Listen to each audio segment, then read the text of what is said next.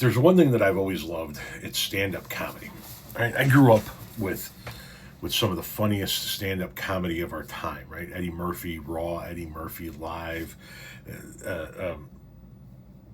George Carlin sets, just all kinds of fantastic comedians. And one of the people that I grew up listening to a lot of was Richard Pryor. And what I loved about comedians like George Carlin,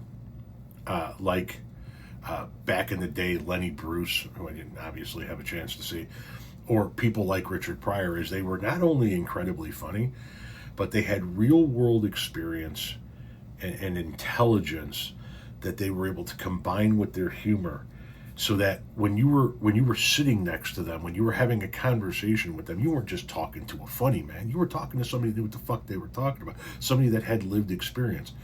And when you try to sell somebody with lived experience on bullshit lies, they can and will intelligently call you out on this, on that. Like this clip here from the Johnny Carson show, where Richard Pryor is trying to explain to somebody, yeah, there are people in this country that are hungry. Yeah, there are people in this country that are living on the street. And yeah, there are people in this country that are dying on the street. Because while we are a country that has a lot, we are not a country that gives a lot to the people that need it. Nobody starves in our country. Nobody has to go out in the corners to beg. You can go and get medical aid. Nobody lives in the streets. There's some people that live in the streets. Here in this country? Yes, ma'am. Well, they don't have to. Well, tell them. I don't believe that. Are you telling me that I'm not being facetious. No, I know you're not. No. You're telling me that people have to sleep in the streets like they do in India? Yes, ma'am. But they don't. Yes, ma'am. They sleep in the streets and they die here in America. Well, they die anyway, even if you sleep in a bed.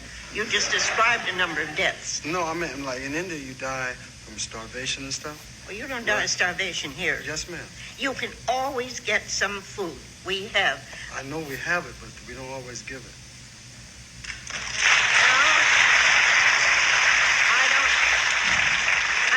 I'm sorry to differ with you, but I don't think statistics would show that you're right. Nobody has to starve in this country. There are. If you get a gun, you don't have to starve. No. Oh no, not with a gun. Come on, you know there. Are you saying that the people who are below the poverty level, and there are a lot of people below the poverty level in this country? Of course there are. The poverty level now, because of the cost of living, is almost $5,000. You know, in there are many Appalachia, people who live. This is white people now, so I won't bring it to black people, so you won't not believe me. In Appalachia, There's no difference in my mind between black and white, and get that straight. You're crazy.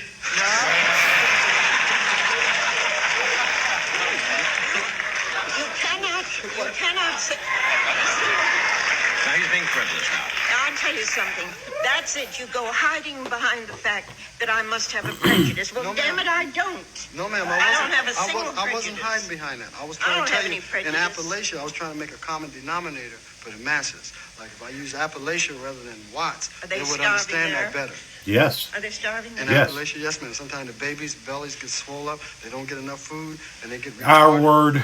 You understand what I'm saying? Like because I they eat do, Our everything word. they believe it. Our- No, ma'am, it's true. The children get retarded Our word. because they don't have enough food to make the enzymes work in their brain. Having listened Sorry to you for before, had to do that. and some of the things you Well, it's said. not just me. Walter Cronkite said it.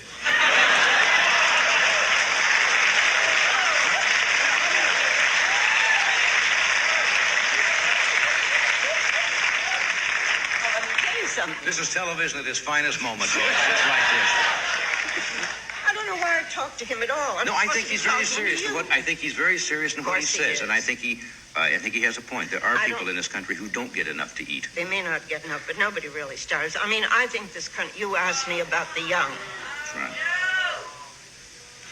That's why you're here, because you're starving. Johnny Carson is back there. There'll be no yelling. You let them yell? Sure. It's an Oh, open, I see. country, sure.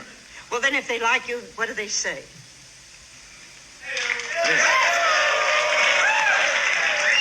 These people are all cloned. You know that? We clone them in the other room, and then we bring them here I just thought for it the was show. only your purse that is cloned. And I thought that was a great idea. I thought I'd step in after the 5th cloning and take hold. What were we talking about anyway?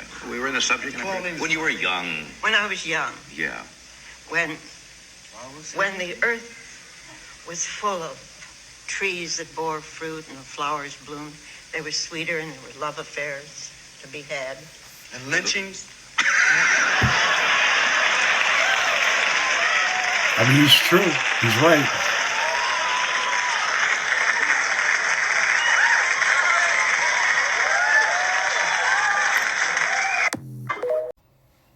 He was 100% correct. And I couldn't believe watching that old clip that she's like, are people starving in Appalachia? Yeah. Are people starving in the streets? Yeah. Are people starving in the inner city? Yeah. Are people starving in rural areas? Yeah. Of course we have enough. It's the United States of America. We have more than enough. But for some reason, we would rather throw food out than give it to somebody that needs it. And there are people today that still believe that shit. That's why I loved watching people like Richard Pryor, George Carlin. They combined humor with knowledge, lived experience, and intelligence to make valid points.